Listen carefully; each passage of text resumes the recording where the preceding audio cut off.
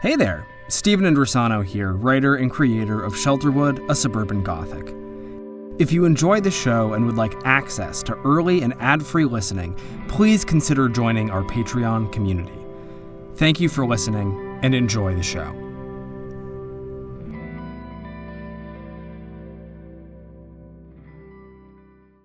Shelterwood contains mature themes and graphic content that may not be suitable for all audiences.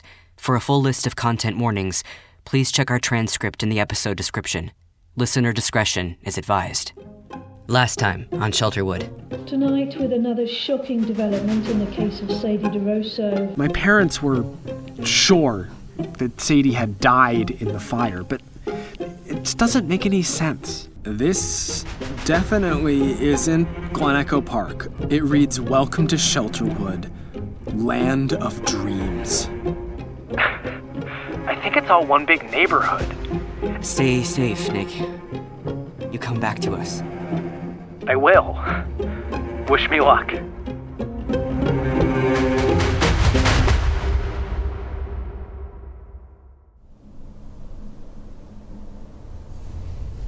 Solomon? What's that old poem?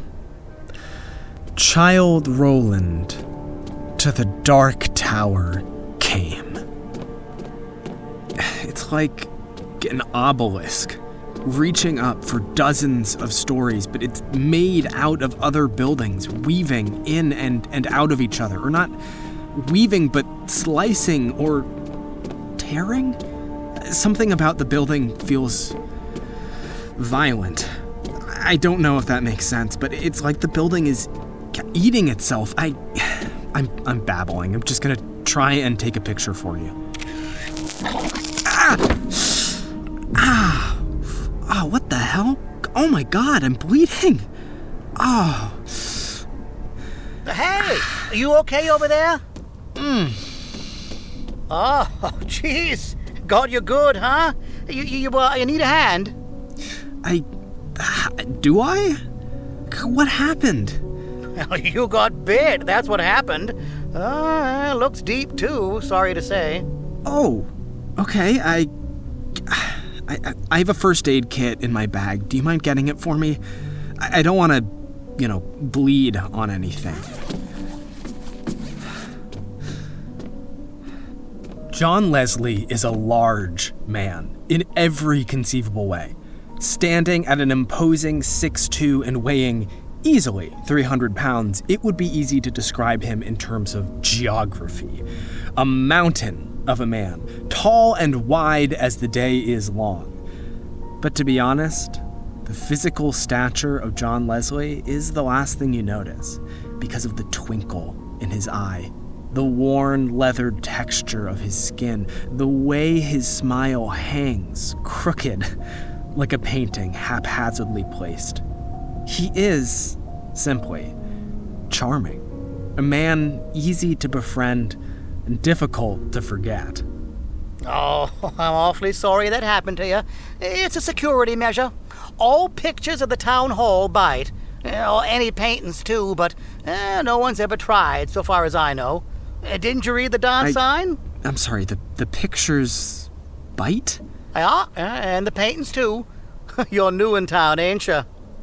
Yeah, you could say that. Oh, is that a microphone? Yes, I'm a reporter. Oh, wow! You from the Post or something? I could give you an interview. I got time. I've been in Shelterwood for coming up on 3 decades, if you can believe that. Gosh and golly, but it's been a ride. I moved here looking for a place to call my own after my wife died, and God rest her. Oh, I'm sorry for your loss. Yeah, me too. She had Parkinson's. Early onset. Horrible sickness, especially for an artist like her. And I told her, I said, Emily, if you ever leave me here on this earth alone, I'm gonna up and find a place to live just like your Peytons. And she'd smile and say, good luck, dear. Because, you see, here's the kicker. She did pointillism. You get it? Pointillism? It's a joke, son. You're not much on art, are you? Sorry, no, I get it. It's just between my hand and the building, I'm just a bit distracted. Oh, that? Yeah, gosh, you're right. It is striking, isn't it? I forgot how weird it must seem on account of living here so long. And there's the town hall. Anywho, I was telling you about my wife, right? So I was telling you, she used to make these beautiful pictures with lots and lots of these little dots, you know. And when she died, that was a hard time. I decided to tour America, trying to find somewhere just like that. And I found it. Here.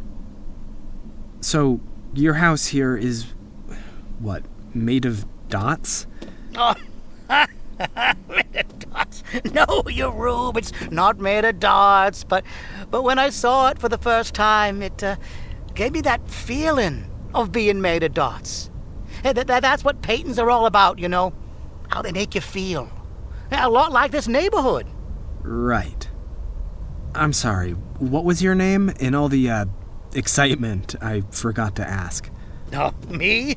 Oh, I'm John Leslie. 2 first names, no middle. Yeah, I'm here for an appointment. I got a question about zoning laws. Yeah, I'd like to build me a little chicken coop, but I need to make sure the association's okay with it first. This place has an HOA. Yeah. They make sure everything around here goes together, you know? Yeah, neighborhood's gotta have the right character. Oh, but I'm late. I have a habit of being late. Used to drive my wife crazy. You should go in. Maybe pick up a brochure or 2. We're always looking for a new neighbor, Mr. DeRoso. Nicholas DeRoso.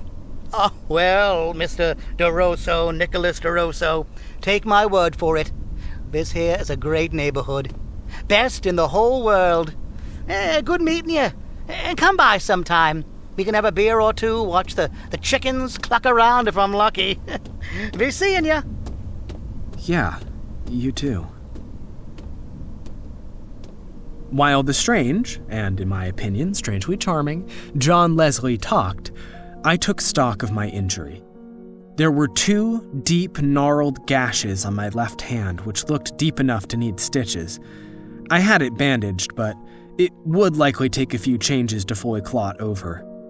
But despite the pain and the blood and the evident immediate danger, what I felt most distinctly was hope. I had found the center of Sadie's land of dreams, and its doors were open. I felt hope because where there are HOAs, there are records. And where there are records, sometimes, if you're lucky, there are missing persons, just waiting to be found. I watched John Leslie, 2 first names, no middle, hustle over to a set of massive double doors and slide inside with surprising grace. I collected myself and followed, entering into the town hall. Wow. The interior of the town hall is a patchwork of architectural cliches, a deformed quilt of stately government buildings from around the world. The ceilings are high and buttressed with majestic, sweeping archways in the Gothic tradition, which terminate abruptly into half-painted frescoes depicting stern-looking men in archaic, and sometimes mismatched, outfits. The floors are a combination of marble and tile, swirling through each other like the brackish water where the Potomac River meets the Atlantic Ocean. The halls are lined with doors, each one grand and unique. Massive slates of oak and cypress, detailed with intricate engravings and designs. The styles represented inside the town hall hail from different eras, different regions, and, I suspect, were carved by different artists. Along the walls run stately chair rails that end abruptly, crashing into statuary coves whose statues are often incomplete or inexplicably missing. This architectural fever dream would have been overwhelming in the best of times, But as a reminder, Nick was there looking for his lost sister after having wandered through miles of strange suburbs and now nursing a deep hand wound caused, evidently, by a malevolent JPEG. He was adrenal and not particularly eloquent. Also, the acoustics resulting from this bizarre environment were an absolute nightmare of clacking heels and distant voices carried from God knows where. We've done our best to clean up the audio for ease of listening, but you may notice that the soundscape is disjointed. I have just entered the town hall. It's loud in here.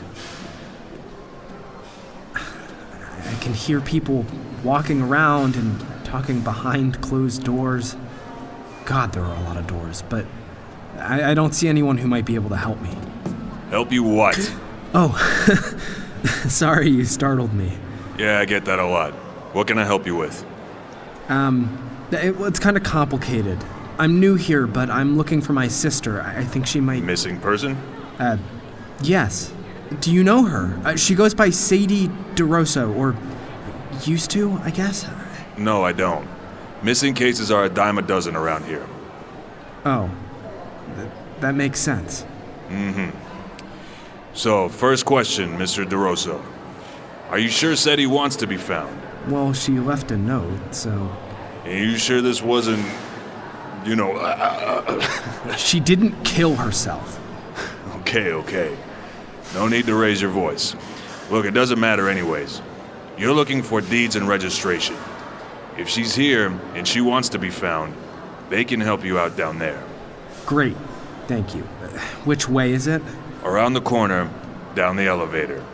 All the way down. Oh. O is right. You don't want to get lost down there. Don't go in any doors that aren't labeled. Don't talk to nobody you don't know. Don't talk to nobody you do know, for that matter. I've heard of that happening, and it's never good. Above all, just stick to the path. You got that? I guess. Good. You're gonna follow this line of blue tiles along the wall here. You see it? It's going to bring you to the elevator. The elevator's gonna take you down, and from there you just keep following blue until you get to the door labeled Deeds and Registration. You got me? Follow the blue, get the DNR. Can't you just bring me there? Absolutely not. I'm assigned to the entryway and the entryway only. What goes on above or below me is not my business. Do I make myself clear? Yeah. I do have one more question. Do I make myself clear or not? Yes. Thanks. Absolutely. My pleasure. Do me a favor and don't go missing down there. I don't feel like scraping your corpse off the walls. Yeah, okay. Asshole. What was that? Nothing. That's what I thought.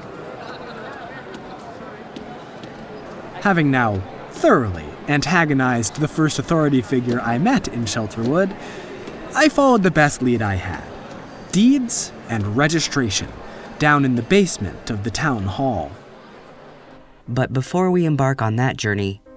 Hi, Solomon Crockett here again. We need to check in with, well, me.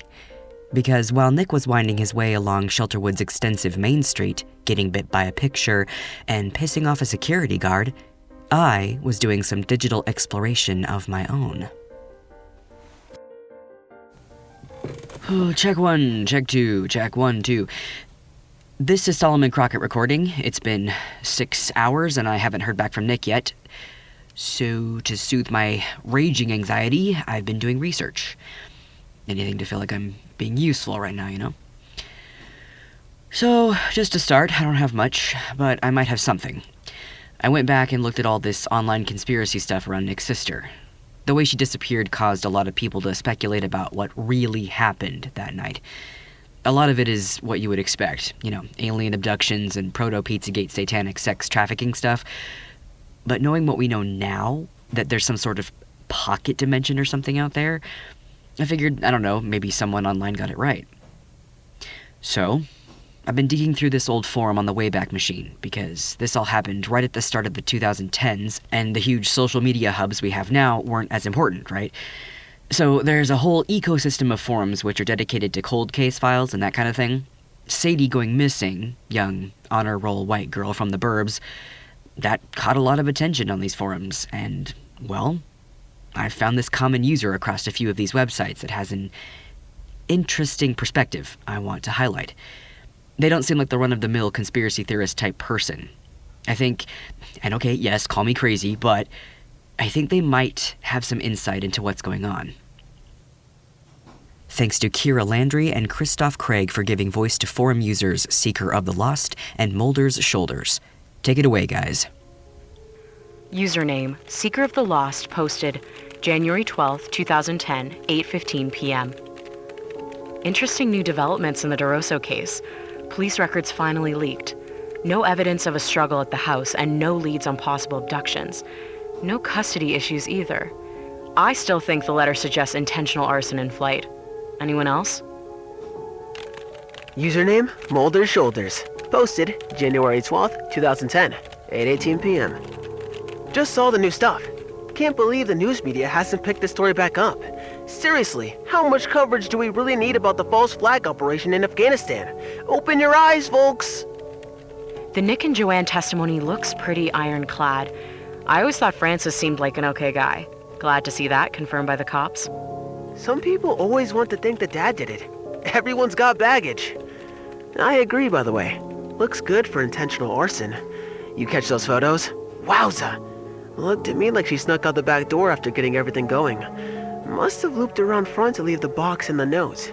My guess is she really, really wanted them to be found, which, to me, is more evidence that there wasn't a kidnapping. Or, at least, if she was kidnapped, it would have been after she left and probably unrelated. Am I wrong? No, I think you may be onto something. This whole thing looks so much like the Williamson case out in Utah from a few years ago. Rich kid, nice house, nice family, leaves a note and disappears? And what about the Smith kid up in Montana? Heck, even Ty Walker out in Atlanta could be the same MO. And before you say it was aliens, I will remind you that there were no UFO sightings in any of those areas on or near that night. I think this is shaping up to be another Elsewhere case. Could be. That would certainly explain why they never found a body. But then again, the Potomac River is right there. Could be she got killed and they dumped her in the water, which means she would be out at sea someplace now. Remind me to look into rainfall levels for that month in Maryland and Virginia. P.S. Everyone knows UFOs can cloak when they want to. Get with the program, Seeks! So Moulder's Shoulders only appears in this particular forum, but Seeker of the Lost, they're very, very active. And they're always going on about what they call Elsewhere cases. Found them again, too. This time they're posting about a missing persons case out in California in 2011. Kid's name is Jaiden. Seeker found this blog, written by Jaiden. The blog, which Seeker has meticulously screen-capped and annotated with cross-references to other cases, starts out as more or less a way for Jaiden to vent. She was 14, living with a single mom who was deeply addicted to opioids, and the apartment she lived in was more or less falling apart. So like a lot of kids growing up with non-functional parents, she did a lot of paying bills and fixing broken plumbing and general adulty stuff that she shouldn't have had to do. She's really struggling. Evidently, she even lied about her age to work at a local fast food place. It's a pretty sad read. But then she starts finding things around the building. Seeker of the Lost calls them offerings. Thanks also to Cody Van Dyke, who will be giving a voice to Jaiden. I just found a $100 bill in the laundry room. It got stuck in with our clothes in the dryer. Yo, I don't know what's up lately, but last week someone left some really cute shoes out front of our apartment with a sign that says free. I know for a fact no one in our building can afford to give away shoes. I've either got a guardian angel or a secret admirer or something, because this was in our mailbox. There's this picture with that grainy, early cell phone quality to it of an ornate letter printed on blue cardstock. It reads, "To our neighbor," in gold leaf trim. And inside are a pair of diamond earrings. Seeker of the Lost values them at a couple $1,000. I feel like something's wrong, but who cares, right? At least if I die, I'll die fabulous. This is the last known picture of Jaiden. It's a selfie. She's wearing the earrings, and her hair is down in tight curls. The jewelry, it's so adult in its style that it makes her look even younger. It's heartbreaking. So, after she gets the earrings, something very odd happens. According to her blog, the apartment building gets another floor, like added on top. It's a penthouse.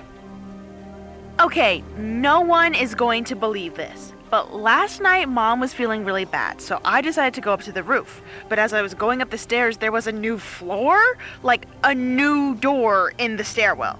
It said penthouse. We don't have a penthouse. So I'm either going crazy or magic is real. I'm going in. See you never, bitches! And that's it. No one ever sees or hears from Jaiden again. Her mom files a report the next day. Seeker somehow managed to find a scan of it, but the police seem more interested in her drug use than finding her kid. The case gets picked up by local news because there's speculation that it's a gang killing, even though there's no evidence of that. But whatever. And somehow Seeker finds out about it. And this was 2 full years after Sadie. Then the year after that, there's this other kid. His name is Brian. He was an army brat, kept moving all around the country. And apparently he got sick of it because when he was 17, he disappeared. Which isn't all that unusual, you know? Kids run away from home all the time. But the thing is, he left this manifesto. A long, rambling letter to his dad, which Seeker got their hands on. The kid, Brian, wrote about this place called the Island. It's not an actual island, it's a house.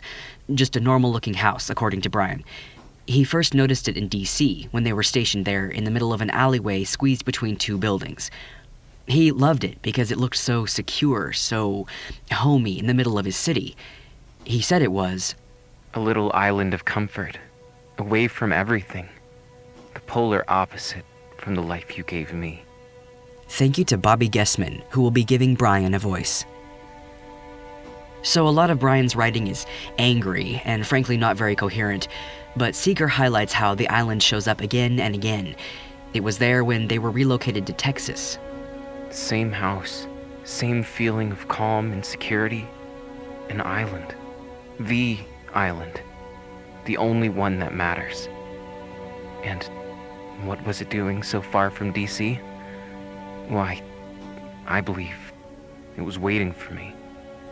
And again, when they're restationed to Colorado. Even when you moved us to the frigid mountains, the island was there.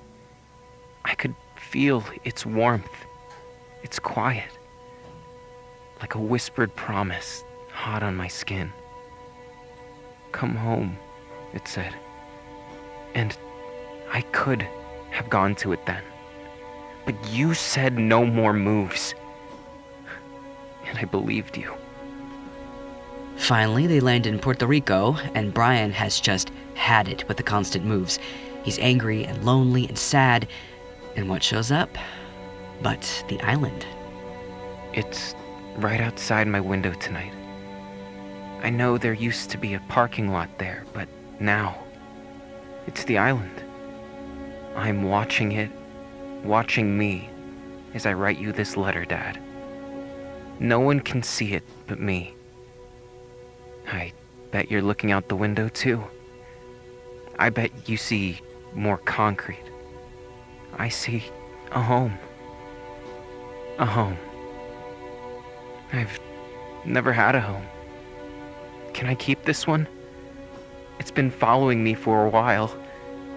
And I know it should scare me, but it doesn't. It's a relief. Do you know the best part about the island, Dad? It isn't the green grass in the yard you always promised, but never provided. It isn't the cat I see up in the windowsill sometimes. The cat you said we couldn't have because it would be unfair to the cat. It isn't even the peace I feel looking at it. The peace which I know fills it like a bullet in a chamber. It's that you will never be there. You will never find me. I'm going to the island, and that's a promise, Dad. Unlike you, I keep my promises. Watch and learn. And just like that, he's gone. This time, because of the army connection, there's a more thorough search. but no one can find anything on Brian's disappearance. And it's like every time I find a new account that Seeker of the Lost made somewhere else on some defunct forum or other, there's 10 more cases of kids going missing in ways just like this. And there are all these impossible rabbit holes with dead ends and conflicting reports and dozens of theories behind them. But Seeker is always there, and they're always pointing out that this is a pattern. So I'm thinking maybe they're right, and these kids really are ending up somewhere else. And maybe that's where Nick found. Seeker of the Lost called it Elsewhere. For Jaiden, it would have been the penthouse, I guess. Brian called it the island, and now Nick found this place called Shelterwood. And it's been hours since he said he'd call me. I'm gonna give him until the morning before I get anyone else involved. This is all just too much to explain. I'm gonna try and get some sleep. End recording, I guess. While Solomon waited and researched and panicked, I was working my way towards the basement of the town hall. Having followed the blue tile line down seemingly endless municipal corridors, finally, I arrived at an elevator. All right, the line ends here. I'm at a metal double-doored elevator. There is an up button and a down button. Let's check it out. Here goes nothing. Oh, come on. Okay, I'm looking at... The whole wall is covered in buttons. So it starts at L. That's where we are now. Lobby, or maybe land, who knows. And then it goes up, floor by floor, for the entirety of the right side of the wall.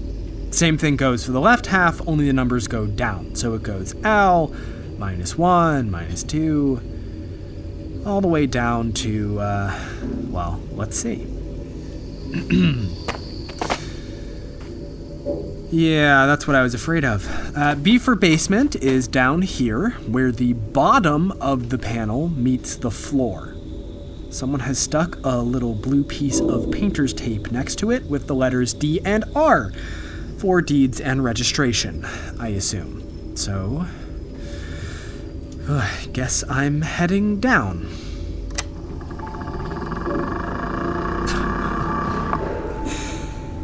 Oh man. I hate this.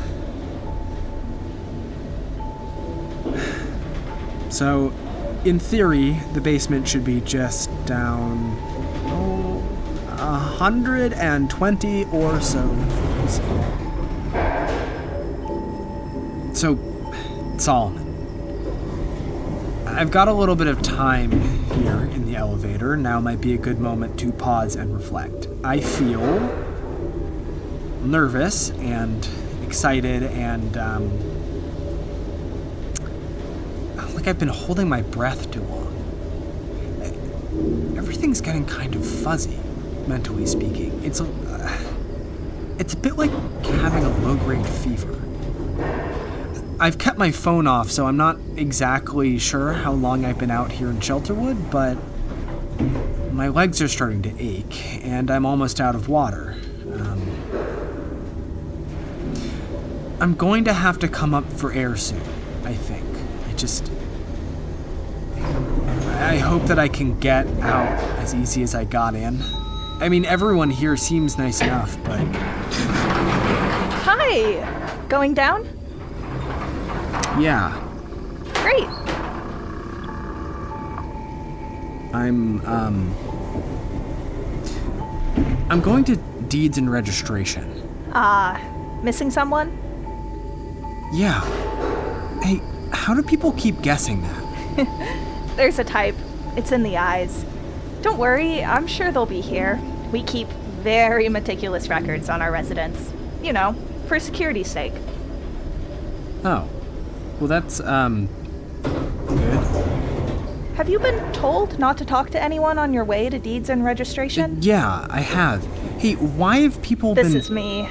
Good luck. Thanks. It's funny. The deeper I go, the more I feel this pressure on me. It feels like it's going to storm or something. I don't... Sorry, I just can't find the words. I feel bad. Let's leave it at that.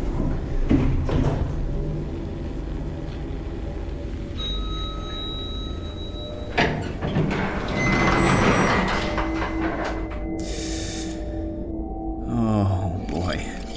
Okay, Saul, let me paint you a picture. It is pitch black down here. I can see from the little light coming from the elevator that the blue line of tiles continues forward, but after a yard or so, it's all lost to me. It looks like any old office space down here, but it feels heavy. The basement was dark, in the way that the deepest caves are dark. Dark like a trash bag pulled tight over your face, an almost physical presence composed entirely of absence. The thin fluorescent glow of the elevator lights stood against the darkness the way a sandcastle stands against the sea. As I took my first tentative steps into the town hall basement, I tried to remember to breathe. Up in the neighborhood, I had been intimidated. Down in the basement, I was afraid. And then, the elevator doors slid closed behind me. Wait! Shit! Oh, fuck! Okay. Fuck. The elevator doors closed, and it is dark. It is very dark, and I'm holding down the power button on my phone. God, light up, goddamn you!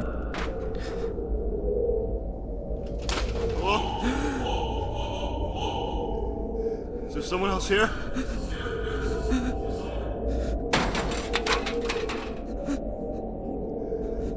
Whoa, is there someone there?